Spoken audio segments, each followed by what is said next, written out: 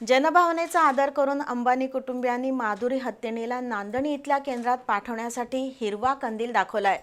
या संदर्भात नांदणी मठ परिसरातील वनताराच्या केंद्रात आवश्यक असणाऱ्या सेवा सुविधा आता निर्माण झाल्या आहेत। मुख्यमंत्री देवेंद्र फडणवीस यांनी ही माधुरी हत्तीणीच्या विषयात पहिल्या दिवसापासून लक्ष घातलंय।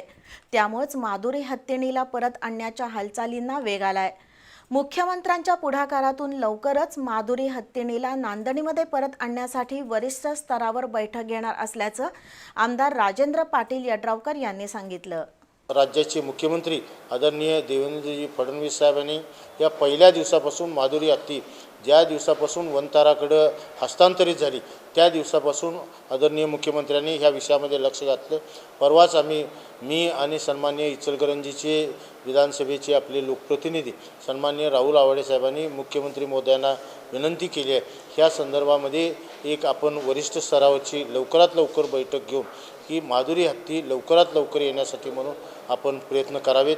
त्यासाठी लवकरच बैठक घेण्याची आपल्याला विनंती सन्माननीय मुख्यमंत्र्यांना केली। ती मुख्यमंत्री महोदयांनी मान्य करून लवकरच त्या संदर्भात बैठक लावून त्याचा निर्णय लवकरात लवकर माधुरी हत्ती कशा पद्धतीने त्या पद्धतीने आमचे प्रयत्न चालू आहेत।